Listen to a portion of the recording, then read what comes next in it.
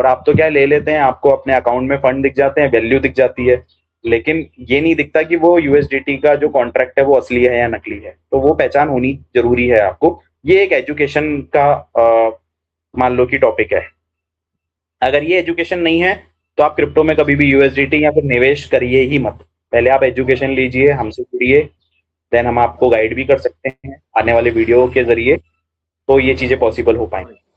नमस्कार, मैं हूं इकराम और आप देख रहे हैं हिंद वॉइस। हमारे साथ मौजूद हैं क्रिप्टो एक्सपर्ट, ट्रेडिंग के जानकार और बिजनेसमैन विजय कुमार जी, जो पहले भी हमसे एक एपिसोड में बात कर चुके हैं। आज फिर हम इनसे बात करेंगे क्रिप्टो को लेकर कि क्रिप्टो क्या है, यूएसडीटी क्या है, उससे स्कैम कितना हो रहा है, गवर्नमेंट उसको लेकर कितनी चिंतित है या नहीं है। क्योंकि 21 मई को गवर्नमेंट ने कहा था, यानी हमारी सरकार ने कहा था कि ये क्रिप्टो जो है इसमें इन्वेस्ट ना करें, इससे स्कैम होता है, इससे मनी लॉन्ड्रिंग होती है, हवाला का इससे कारोबार होता है, ब्लैक मनी को व्हाइट करने में यूज होता है, तमाम तरह की चीजें आई थी। लोग जो यूएसडीटी वगैरह में अपने जो शेयर लगा खरीदते हैं, इन्वेस्ट करते हैं, बहुत सारी कंपनियां हैं और बहुत सारी कंपनी ऐसी हैं जो लोगों को ठगती हैं। तो उस सब पर बातचीत करने के लिए विजय कुमार जी हैं। विजय जी, गवर्नमेंट का आपने देखा होगा, गवर्नमेंट ने हमारी क्या कहा है, लोगों की भलाई के लिए बात कही है। तो इससे स्कैम कैसे होता है, कैसे हम पहचाने कि ये फर्जी यूएसडीटी है, कैसे ओरिजिनल है, क्रिप्टो में इसको लेकर क्या पूरी एक कहानी है, आप बताएं। हाँ, जो अभी लास्ट मीटिंग जो 21 मई को रखी गई थी, उसमें गवर्नमेंट ने ये करा था कि जितने भी प्लेटफॉर्म्स है, कॉइन डीसीएक्स, वजीर एक्स या बाइनेंस, इनके जो फाउंडर के नीचे जो लेवल के सीईओ वगैरह होते हैं, उनको बुलाया गया था फॉर द रेगुलेशंस पर्पज से कि कैसे क्रिप्टो करेंसी में रेगुलेशंस को लाया जाए, टैक्सेशंस को लेकर के आया जाए और कैसे इसको संचालित किया जाए एक आम जनता के लिए। लेकिन इस मीटिंग में जो हुआ वो मैं अब आपको बताने वाला हूँ। यहाँ पर इस बार जो मीटिंग में हुआ उसमें भी कोई नया टॉपिक या फिर नए तरीके का कोई भी मुद्दा खड़ा नहीं हुआ कि जिससे गवर्नमेंट सहमत होके अभी भी रेगुलेशंस ला पाए। अभी भी इस वाली मीटिंग में भी जो रखा गया सेशन वो यही फाइनलाइज हुआ कि 30% टैक्स एज इट इज रहेगा, क्योंकि संसद में बैठे जो लोग थे वहां पे गवर्नमेंट में 50% से भी ज्यादा लोगों का यही कहना था कि इसमें स्कैम्स वगैरह हो रहे हैं जो कि डिटेक्ट करना बड़ा मुश्किल है। दूसरा, इसमें हवाले का भी बहुत ज्यादा बड़ा खतरा है, क्योंकि स्टेबल कॉइन्स जैसे यूएसडीटी हो गया, यूएसडीसी हो गया, डीआईए हो गया, ये बेसिकली जो भी मैंने अभी आपको कॉइन्स या फिर इनको टोकन बोल सकते हैं, ये बेसिकली स्टेबल कॉइन्स होते हैं। मतलब इनके पीछे किसी ना किसी कंट्री का जो फिएट करेंसी होता है, डॉलर या फिर कैनेडियन या यूएस डॉलर या जापानीज येन, ये बैकअप में होते हैं एफडी के रूप में। फिर उनके ऊपर ये स्टेबल कॉइन्स को इशू किया जाता है। अब ये स्टेबल कॉइन जब इशू हो जाते हैं तो ये बिल्कुल आपकी फिएट करेंसी जो आपके जेब में डॉलर या रुपीज जो भी है, ये उसकी तरह ही काम आता है, जिसको हवाले के रूप में भी यूज करा जा सकता है कि एक कंट्री से दूसरे कंट्री में हमने पैसा भेज दिया और इस पैसे को भेजने में बैंक्स और गवर्नमेंट को ट्रैकिंग नहीं मिल पाती है, करोड़ों रुपए के ट्रांजेक्शन घूम जाते हैं और इससे बैंक्स को भी काफी ज्यादा घाटा लगता है, क्योंकि उनकी कन्वीनियंस फीस, गवर्नमेंट का टैक्स, ये सारे जो वे होते हैं वो सब के सब कैंसिल हो जाते हैं, यहाँ पे हट जाते हैं यहाँ से। तो ये process with in A second आपका क्रिप्टो के जरिए हो जाता है। तो बेसिकली इसीलिए ही रेगुलेशंस इस पे इस बार भी इस मीटिंग में नहीं आ पाए। वही 30% टैक्स को भी कंटिन्यू करा गया है और ज्यादातर गवर्नमेंट यही सोच रही है कि आम जनता इसको नॉलेज ना करे, इसके बारे में ना विचारे, तो टैक्सेशन के जरिए इसको दूर रखा जाए कि आपको 30% टैक्स देना पड़ेगा तो आप इससे दूर रहो।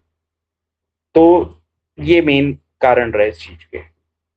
नहीं, आप कह रहे हैं 30%, जैसे कि गेमिंग को लेकर पहले बयान आया था, बाद में बंद कर दिया गया कि जो कंपनियां गेमिंग वगैरह खिलाती हैं ऑनलाइन, बाद में तो पूरी तरह कि वो 30% देंगी, बाद में उसमें असहमति जो थी शायद इस साल जो है पूरी तरह से बैन कर दिया गया।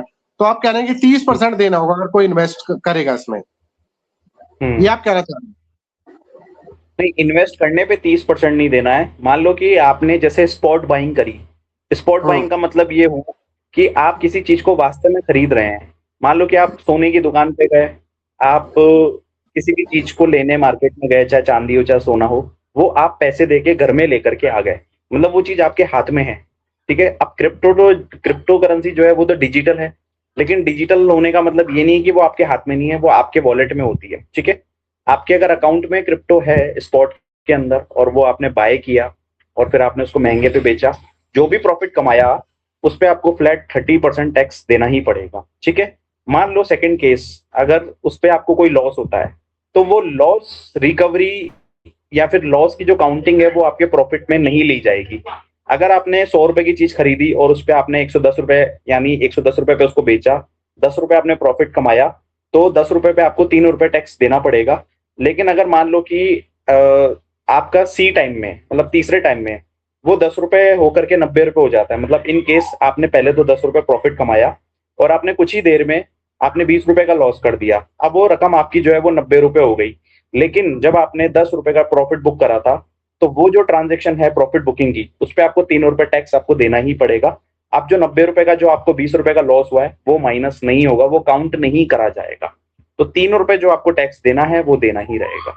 तो अब जैसा कि इकराम जी ने बताया मुझे, इकराम जी ने, कि जो गेमिंग प्लेटफॉर्म्स है, देखो उनको बंद करा जा सकता है, उनको बैन करा जा सकता है, उनको रोक लगाई जा सकती है, या उनकी एप्लीकेशंस को अनुमति नहीं दी जा सकती कि आप इंडियन प्ले स्टोर पे या फिर कहीं पे भी दिख जाओ। ठीक है, क्योंकि वहां पे पूरा कंट्रोल किया जा सकता है, वो एक सेंट्रलाइज प्लेटफॉर्म है।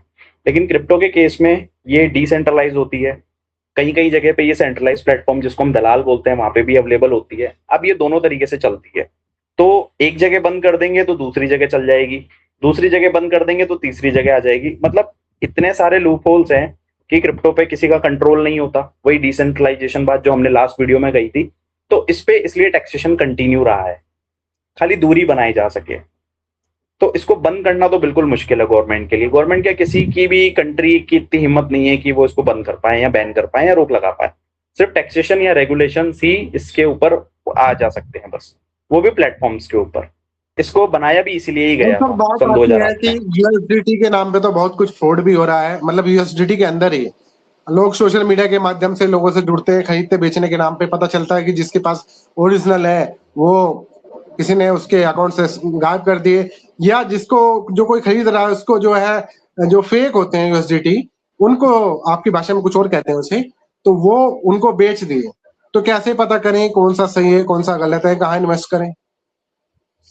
देखो, सबसे पहली चीज आप ये समझो कि आप जब भी यूपीआई के थ्रू पैसा लेते हैं देते हैं, तो आप गिनी चुनी 5 या 7 एप्लीकेशन को यूज करते हैं जो कि प्ले स्टोर पे होती है अवेलेबल, या फिर आपको ये पता है कि इसके क्यूआर कोड दुकान वाले के पास रखे हुए हैं और आपके पास रखे हुए हैं, जैसे फोन पे हो गया, गूगल पे हो गया, पेटीएम हो गया, मोबीक्विक हो गया।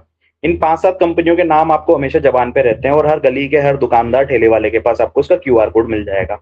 तो अब जब आप फोन पे से या फिर किसी भी यूपीआई ऐप से पेमेंट लेते हो तो आपको उस पर विश्वास रहता है, मतलब आपको उस असली एप्लीकेशन के बारे में नॉलेज है।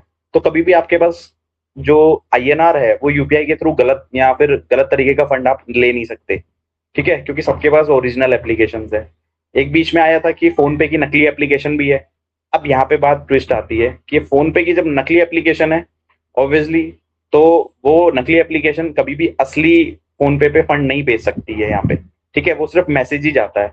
तो इसी तरीके से आपका क्रिप्टो में भी सेम यही स्कैम काम आता है कि ये पूरा एक सॉफ्टवेयर और एक कोडिंग के जरिए डेवलप की हुई चीज होती है कि यूएसडीटी जो है वो एक तरीके का कॉन्ट्रैक्ट है, जो कि यूएस के अंदर कोई एक कंपनी है बिटफिनिक्स नाम की, उसके पास इतने मिलियंस ऑफ डॉलर उसके बैंक में रखे हैं और उसके ऊपर यूएसडीटी मिंटेड एक कॉन्ट्रैक्ट या फिर एक कॉइन या फिर एक सॉफ्टवेयर बोल सकते हो वो है।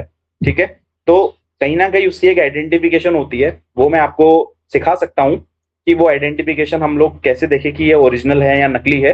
ये थोड़ा सा टेक्निकल हो जाएगा, बट एक बार समझ लिया तो फिर आप कभी भी गलत यूएसडीटी नहीं लोगे। तो फाइनली मैं ये कहना चाह रहा हूँ कि इस तरीके से नकली यूएसडीटी बनाए जाते हैं और वो आपको आपके वॉलेट में दे दिए जाते हैं और आप उनको यूपीआई करके पेमेंट कर देते हैं और 24 से 48 घंटों में या फिर 15 दिन के अंदर अंदर वो यूएसडीटी आपके अकाउंट से गायब हो जाते हैं। ठीक है, वो नकली होते हैं। तो इस तरीके से आपके साथ यूएसडीटी के स्कैम हो जाते हैं और आप तो क्या ले लेते हैं, आपको अपने अकाउंट में फंड दिख जाते हैं, वैल्यू दिख जाती है, लेकिन ये नहीं दिखता कि वो यूएसडीटी का जो कॉन्ट्रैक्ट है वो असली है या नकली है। तो वो पहचान होनी जरूरी है आपको। ये एक एजुकेशन का मान लो कि टॉपिक है। अगर ये एजुकेशन नहीं है तो आप क्रिप्टो में कभी भी यूएसडीटी या फिर निवेश करिए ही मत। पहले आप एजुकेशन लीजिए, हमसे जुड़िए, देन हम आपको गाइड भी कर सकते हैं आने वाले वीडियो के जरिए, तो ये चीजें पॉसिबल हो पाएंगी। वो आप ये सिखाते हैं सर, इस बात को ही सिखाते हैं, इसीलिए मैंने कहा कि क्रिप्टो के एक्सपर्ट हैं ट्रेडिंग के। और किसी को कोई अगर इसमें इन्वेस्ट कर रहा है प्रॉफिट के लिए या कमाना चाह रहा है, तो वो इनसे जानकारी ले सकता है कि कैसे हम पता करें कि ये ओरिजिनल है या फेक है। तो वो सिखाते हैं, आने वाली वीडियो में हम सारी चीजें सिखाएंगे।